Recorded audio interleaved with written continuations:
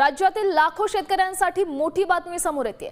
महायुती सरकारने जाहीर केलेल्या पुण्यश्लोक अहिल्याबाई होळकर कर्जमाफी योजनेचा मार्ग सध्या मोकळा झाल्याची माहिती विश्वसनीय सूत्रांनी दिली आहे।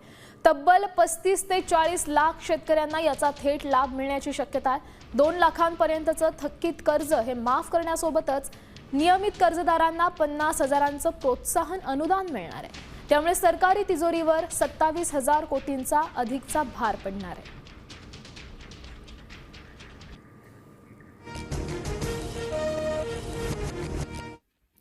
युद्धाची झळ शेतीला, एलएनजी तुटवड्याने खत टंचाईचा भडका आणि या रब्बी हंगामामध्ये वाढली खतांची किंमत। प्रत्येक खतामागे 30% झाली वाढ।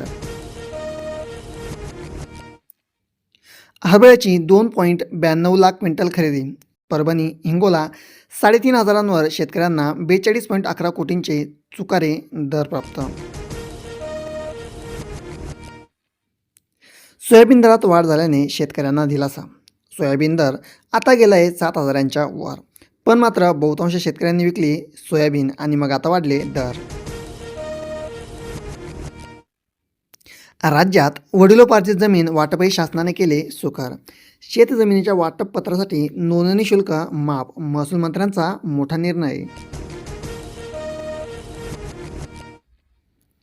आधार प्रमाणीकरण केल्यानंतरच शेतकऱ्यांना मिळणार कर्जमाफी। 2 लाखांपर्यंत थकबाकी। पुण्यश्लोक अहिल्यादेवी होळकर योजना कर्जमाफी योजना जाहीर, लवकरच तारीख होणार जाहीर।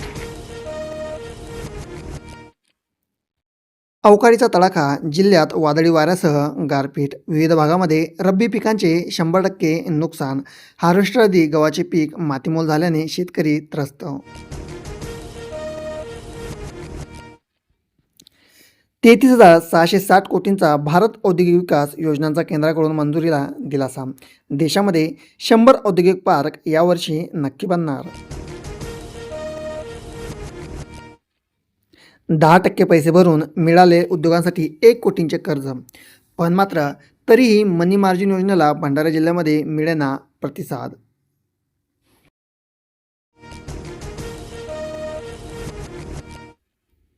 अजित पवारांच्या अपघाताशी खरातचा संबंध आहे का याचा तपास करावा। राजकारणी अधिकाऱ्यांच्या सिंडिकेटमुळे बंधू खरातला मिळतोय पाठिंबा, अंदाले दमानिया यांची मागणी। ज्वारी 5,300 रुपयांपर्यंत झेप। मालदांडी ज्वारीला विशेष मागणी। मंगळवेढा बाजारपेठेमध्ये ज्वारीचा ऐतिहासिक विक्रम, गव्हालाही टाकले मागे। ट्रम्प सैरभैर, शिव्या हाडसल्या। होर्मुझवरून पुन्हा दिली धमकी। इराणला नरक भवेन हल्ल्याची वेळही सांगितली। आता एप्रिल महिन्यामध्ये नक्कीच होणार हल्ला।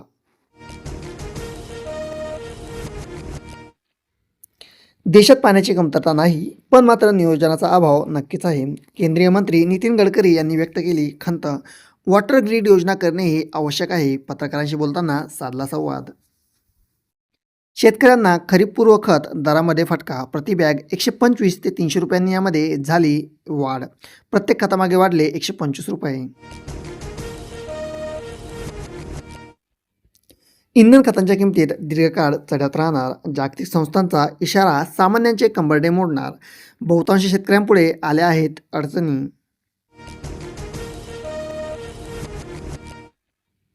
बदललेल्या शक्तीपीठ महामार्गावरील जमिनीच्या किमती दुपटीने वाढल्या। पंढरपूर, माढा, माळशिरस तालुक्यात दलालांची टोळी सक्रिय। शेतजमीन विक्रीस धजावले शेतकरी। 9 महिने तपास रखडला। मुलीचा सांगाडाच हाती आला। या कारवाईमध्ये 28 पोलिसांना करण्यात आले निलंबित। डॉक्टर खुशाचंद्र बोहते यांचा मोठा निर्णय।